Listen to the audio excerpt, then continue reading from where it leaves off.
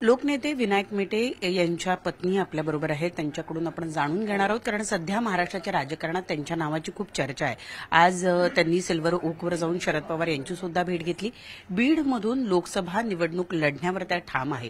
त्या या निर्णयापर्यंत का पोहोचल्या, त्याच्यामागची कारणं काय आहेत आणि येत्या काळात त्यांचा प्रवास कसा असणार, या सगळ्या विषयांवर आपण त्यांच्याशी संवाद साधणार आहोत. आपल्याबरोबर आहेत ज्योती मेटे.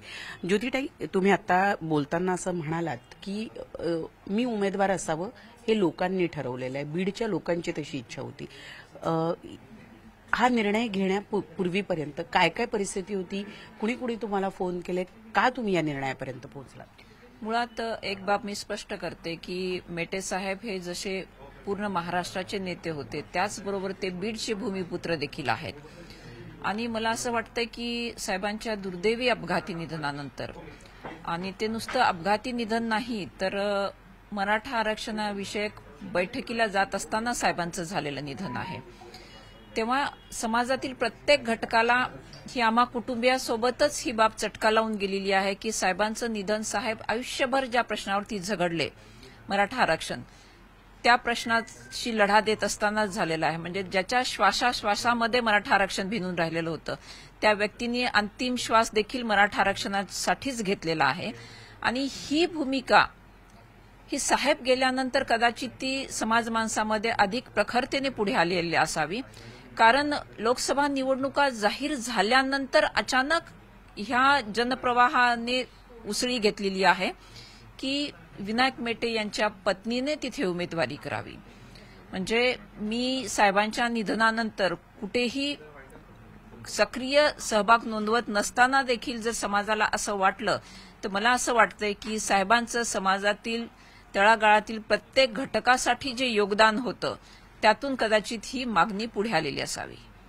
तुम्ही म्हणतात की गेले वर्षभर म्हणजे शिवसंग्रामचे पदाधिकारी, कार्यकर्ते यांची इच्छा होतीच की तुम्ही सक्रियरित्या संघटनामध्ये उतरावं किंवा काम बघावं, परंतु तुमच्या नोकरीमुळे तुम्ही ते करू शकत नव्हता. तरीही ते सांभाळून करण्याचा तुम्ही प्रयत्न केलात.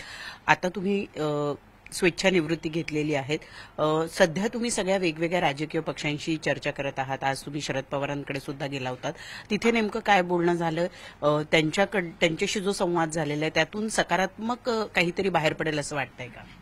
कसं आहे, मुळात एखादी निवडणूक लढवायची म्हटल्यानंतर त्या निवडणुकीचे अनेक कंगोरे असतात आणि त्या ज्याला आपण पॅरामीटर्स म्हणू शकू, त्या पॅरामीटर्सवरती पक्ष त्यांच्या उमेदवारांची चाचपणी करत असतो आणि उमेदवार देखील त्याच म्हणजे सिमिलरली पक्षाकडनं अनेक बाबी जाणून घेण्याचा प्रयत्न करत असतो. त्यामुळे पक्षाने आमची कितपत तयारी आहे किंवा आम्ही तिथे संभाव्य विजयी उमेदवार असू शकतो किंवा नाही, या दृष्टीने मला वाटते ती चाचपणी केलेली असावी.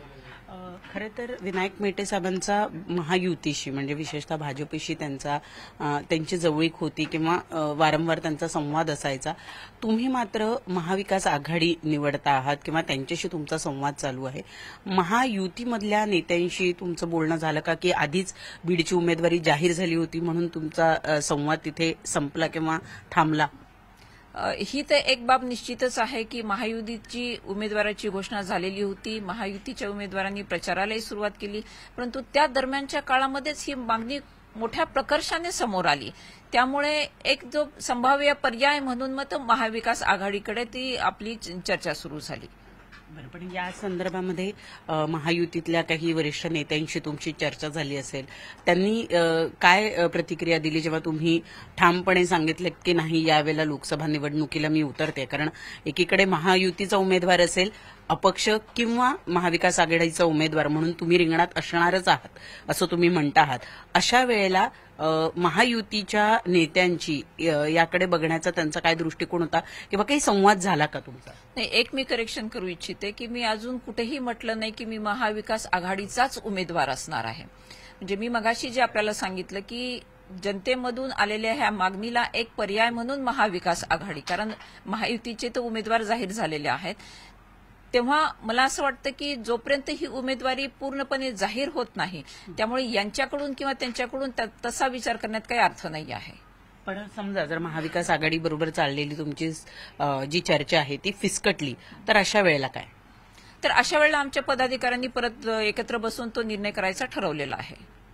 ताई, आज आता या सगळ्या चर्चा सुरू आहे, पण या चर्चेंच्या पूर्वी म्हणजे लोकसभा निवडणुकीचे पडघम वाजण्यापूर्वी आपण बघितलं की महाराष्ट्राच्या राजकारणामध्ये मराठा आरक्षण या मुद्द्याला घेऊन आंदोलनं झाली. मनोज जरांगे पाटील यांचं नेतृत्व पुढे आलं, आंदोलन त्यातून मोठं झालं, नवी मुंबईपर्यंत विषय येऊन ठेपला आणि त्यानंतर आरक्षण शासनानं काही अंशी जाहीर केलं. या सगळ्या रेट्यामध्ये तुम्हाला असं वाटतंय का की समाज एकवटलेला आहे आणि विशेषतः बीडमध्ये ओबीसी विरुद्ध मराठा असं काही राजकारण तिथं होऊ शकतं किंवा असं काही मतविभागणी तिथे होऊ शकते? ते मुळात महाराष्ट्राला एक सुसंस्कृतीची फार चांगली परंपरा आहे. त्याच्यामुळे कुठलीही निवडणूक जातीच्या निकषावर होता कामा नये आणि ती होतही नाही असं माझं मत आहे. म्हणून बीडमध्ये ओबीसी विरुद्ध मराठा किंवा मराठा विरुद्ध ओबीसी असं काहीही ध्रुवीकरण होणार नाही किंवा ते झालेलंही नसावं असं मी मानते. ताई, एकीकडे तुमची महाविकास आघाडीबरोबर चर्चा सुरू आहे, दुसरीकडे एक तिसरी आघाडी करण्याचा प्रयत्न प्रकाश आंबेडकर सुद्धा करतायत. त्यांनी मनोज जरांगे पाटील यांच्याशी संवाद साधला. इतर जे पक्षातले नेते आहेत किंवा ज्यांना उमेदवारी हवी आहे ते अपक्ष म्हणून, वसंत मोरेसारखी लोक जी आहेत ते अपक्ष म्हणून त्यांच्याकडे गेलेत आणि त्यांना पाठिंबा मिळाला. येत्या काळामध्ये असा काही आपला विचार आहे का? त्यांच्याशी आपला काही संवाद झालाय का? नाही, मुळात आधी जिथे चर्चा सुरू आहे त्यांच्या निर्णयाची प्रतीक्षा आहे आणि जर तो निर्णय अनुकूल किंवा प्रतिकूल जो काही असेल त्याच्या अनुषंगाने पुढची ती आमची आखणी असणार आहे.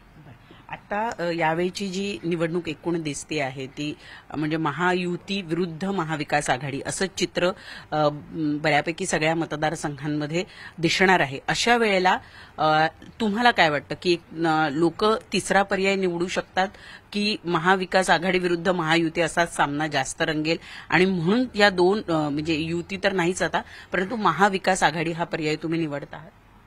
नाही, त्यामुळे मी महाविकास आघाडी पर्याय निवडते असं आपल्याला म्हणता येणार नाही. मी वारंवार त्या भूमिकेचा पुनरुच्चार करते आहे की माझ्या उमेदवारीबाबत जनतेतून ते सुचवलं गेलं किंवा ती जनतेतून मागणी झाली आणि एक उमेदवार जाहीर झालेला असल्यामुळे तो दुसरा पर्याय महाविकास आघाडीचा होता. आणि एक शेवटचा मुद्दा की आता कारण दुसऱ्या टप्प्यातल्या जागांचे अर्ज करण्याची तारखा सुद्धा संपत येतील किंवा अंतिम तारीख जवळ येते. अशा वेळेला तुम्ही आणखी किती दिवस वाट बघणार आहात? अशी चर्चा आहे की उद्या जाहीर होतील नावं, परंतु ती आजही जाहीर होणार होती जी आज झाली नाही. तर त्यामुळे तुम्ही आणखी किती दिवस वाट पाहण्याचा निर्णय घेत आहात? नाही, आज मी ही भूमिका स्पष्ट करण्यासाठीच आपल्या सगळ्याशी संवाद साधला की ज्या लोकांकडनं माझ्या उमेदवारीबाबत मागणी होती आहे किंवा मला सुचवलं जात आहे की तू ही निवडणूक लढली पाहिजेस, तर त्यांनाही मला माझी भूमिका स्पष्ट करायची होती की मी निवडणूक लढण्यास सज्ज आहे. परंतु ते याच्यामध्ये काही गोष्टी अशा असतात की इतरांसोबत आपल्याला जेव्हा जायचं असतं तेव्हा आपली एकट्याचीच भूमिका तिथे महत्वाची नसते, तर ज्यांच्यासोबत जायचं त्यांच्या भूमिकेचा देखील किंवा त्यांचे जे काही बाजू असतील त्याचाही विचार करणं आपल्याला भाग पडतं. त्यामुळे हा कुठेही ज्याला आपण म्हणू शकू की ज्यांनी माझी मागणी केलेली आहे किंवा ज्यांनी सुचवलेलं आहे की तुला ही निवडणूक लढली पाहिजे त्यांच्यामध्ये हा कुठलाही संभ्रम असता कामा नये की मी निवडणूक लढण्यास उत्सुक नाही. मला निवडणूक लढायची आहे, मला तुमच्या जनमताचा आदर करणं भाग आहे, एवढा मला त्यांना संदेश द्यायचा आहे. एक मुद्दा राहिला तो म्हणजे की पंकजा मुंडे या त्या भागातून निवडणूक लढतायत, महायुतीच्या उमेदवार आहेत. त्यांचे वडील गोपीनाथ मुंडे यांनी सुद्धा समाजासाठी खूप मोठं कार्य केलेलं आहे आणि आता तुम्ही सुद्धा या निवडणुकीमध्ये उतरणार आहातच हे तुम्ही जाहीर केलेलं आहे. अशा वेळेला ही निवडणूक समाज विरुद्ध समाज अशी होईल, महिला विरुद्ध महिला अशी होईल की महाविकास आघाडी विरुद्ध महायुती अशी होईल असं तुम्हाला वाटतं? नाही, याच्यामध्ये आपण जर पाहिलं तर स्वर्गीय लोकनेते गोपीनाथराव मुंडे साहेबांचं देखील समाजकारण आणि राजकारण अवघ्या महाराष्ट्राने अनुभवलेलं आहे.